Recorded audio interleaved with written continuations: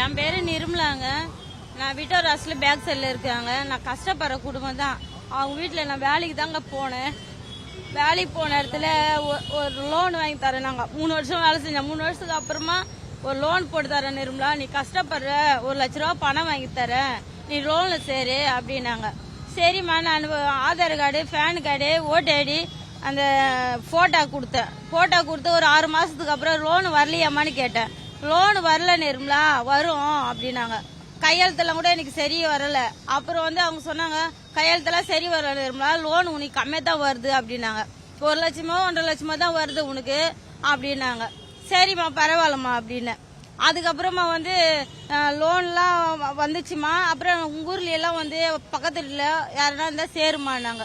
ஒரு 20 பேருக்கு இட்டுட்டு போனேன். 20 பேர் இட்டுன்னு போயிட்டு யாருமே சேர மாட்டேன்ட்டாங்க. அதுல சேர்ந்தது ஒரு 4 பேர் என் கூட சேர்ந்தாங்க. அவங்களுக்கு 1 லட்ச ரூபா பணம் வாங்கி தரேன், அந்த 1 லட்ச ரூபா பணத்துல மாசம் 3400 ரூபாய் கட்டிட்டா 3 வருஷம் கட்டினா முடிஞ்சு போயிடும் அப்படின்னு சொல்லிட்டு எல்லாத்தையும் குறிப்பெல்லாம் அவங்க கிட்டயே வாங்கிட்டாங்க. என் மூலியமா ஒரு 5-6 பேர்கிட்ட வாங்கிட்டாங்க. அதெல்லாம் வாங்கிட்டு எல்லா குறிப்பும் வாங்கிட்டு இது வரைக்கும் 1 வருஷமா அவங்க வாங்கிட்டு பணம் எல்லாம் எடுத்து கட்டிக்கிட்டு தான் வராங்க. இது வரைக்கும் எங்களுக்கு யாருக்குமே தெரியாது. போன் வாங்கி கொடுத்தாங்க. எங்களுக்கு போன் வாங்கி தரேன், 1 லட்ச ரூபா பணம் வாங்கி தரேன்னாங்க. போனு லோனு வரல. அந்த கிரெடிட் கார்டு எடுத்து அதுல 1 லட்ச ரூபாய், எல்லாரும் கார்டுல 1 லட்ச ரூபாய், 1.5 லட்ச ரூபாய் எடுத்து அவங்க 15,000 ரூபாய் போன் மட்டுமா வாங்கி கொடுத்தாங்க எங்களுக்கு. மீதி எதுவுமே தரல. பணம் எவ்வளவு எடுத்தாங்க, என்ன எடுத்தாங்கன்னு எனக்கு தெரியாது.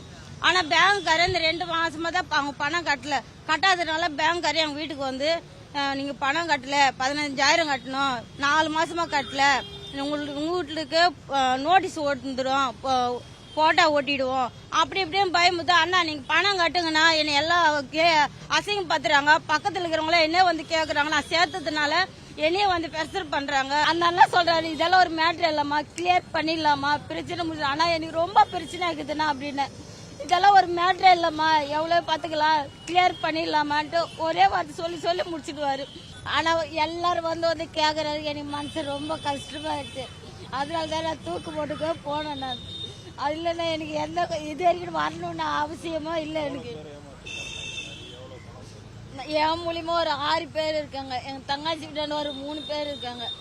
அப்புறம் நான் வந்ததுனால தான் ஒரு 20-30 பேருக்கு சேர்றாங்க. இப்பதான் தெரியுது இவ்வளவு பேரா அப்படின்ட்டு. நான் சேர்த்தது 6 பேர் தான். 20 பேருக்கு இட்டுன்னு வந்தேன், ஒரு 4 பேர் தான் சேர்ந்தாங்க. என் தங்காச்சி ஊர்ல ஒரு 3 பேருக்கு லோன் வந்துச்சு, அவ்வளவுதான். மீது இங்க பார்த்தா தான் தெரியுது நிறைய பேர் இருக்காங்க. நான் இப்ப கூட அவங்கள மனசை கஷ்டப்பட்டு சொல்லணும்னால இல்ல. அவங்கள என் மேல மனசாலதான் என் மக மாதிரி தான் நினைச்சாங்க. ஆனா இப்பதான் தெரியுது. கையெழுத்தெல்லாம் வாங்கினாங்க சார். கையெழுத்தெல்லாம் வாங்கி லோன் தரேன் தான் சொல்லிட்டு வாங்கினாங்க. ஆனா லோன் வரலன்னு தான் சொன்னாங்க. எல்லாத்தையும் வாங்கினா லோன் வரல. கிரெடிட் கார்டு அது பிரிக்காம எல்லாத்தையும் எங்க வீட்டாண்டு கொடுங்கன்னு தான் சொன்னாங்க. அது கொடுத்த உடனே போன் மட்டும் தான் வாங்கி கொடுத்தாங்க. ஆனா அதுல எவ்வளவு அமௌண்ட் எடுத்தாங்கன்னு எங்களுக்கு தெரியாது. நாங்க பாத்துக்கிறோம், நாங்க கட்டிக்கிறோம், எல்லா கார்டும் அவங்க கிட்ட தான் இருக்கு, எல்லா பேங்க் புக்கும் அவங்க கிட்ட தான் இருக்கு. எதுவுமே எங்க கிட்ட ஒரு அத்தாச்சி கூட கிடையாது. நாங்க Aadhaar card, PAN card, photo அது மட்டும் தான் நாங்க கொடுத்தோம், போன் நம்பர் கொடுத்தோம், அவ்வளவுதான். அதுக்கப்புறம் நாங்க ஒண்ணுமே கொடுக்கல. அவங்க கார்டு கீடு எதுவுமே எங்களுக்கு தரவும் இல்லை. நான் வேலை செஞ்சா எங்க மக மாதிரியா இருக்கிறேன், நீ அம்மாவும் மாதிரியா இருக்கிற, அம்மாவை நம்ப மாட்டேன், மேலு கொண்டு கூட பர்சனலா கடை வாங்கி கூட கொடுத்துட்டுக்கிறேன். நான் சீட்டு போட்டு கூட எடுத்துருக்கிறாங்க. அதெல்லாம் கூட இருக்குது, இன்னும் நிறைய இருக்குது. எல்லாம் பார்த்துட்டாங்க. அந்த அம்மா பேரு சுமித்ரா தேவி. என் மக மேல இருக்கிறேன். எனக்கு யாரும் கிடையாது மெட்ராஸ்ல. எனக்கு யாரும் சப்போர்ட் பண்ணதில்லை. நான் அம்மா மாதிரியா நான் இருக்கிறேன். என் மூலியமா தான் எல்லாரும் அறிவுமானாங்க. நான் யாருக்கிட்டையும் எதுவுமே வச்சுக்கவும் மாட்டேன், பழகவும் மாட்டேன். ஆனா அவங்க கிட்ட பழகுனதுனால எங்க சுத்தி எல்லாரும் என்னையெல்லாம் அன்பதான் இருப்பாங்க. இப்ப எல்லாமே எனக்கு கேவலமா பண்ற மாதிரி ஆகி போச்சு. கடங்காரு இவ்வளவு கடன் பட்டுக்கிறேன். நான் அது கூட சொல்றேன், ஆனா எல்லாரும் என்ன ஒரு மாதிரியே பாக்குறேன். நான் வீட்டை விட்டு வெளியவே வருதில்லைண்ணா, நான் பாத்துக்கிறேம்மா, உன் பிரச்சனையெல்லாம் நான் கிளியர் பண்ணி கொடுக்குறேம்மான்னு தான் சொன்னாரு. ஆனா இன்னும் கிளியர் பண்ணி கொடுக்கல. செய்திகளை உடனுக்குடனும் துல்லியமாகவும் தெரிந்து கொள்ள சப்ஸ்கிரைப் பண்ணுங்க.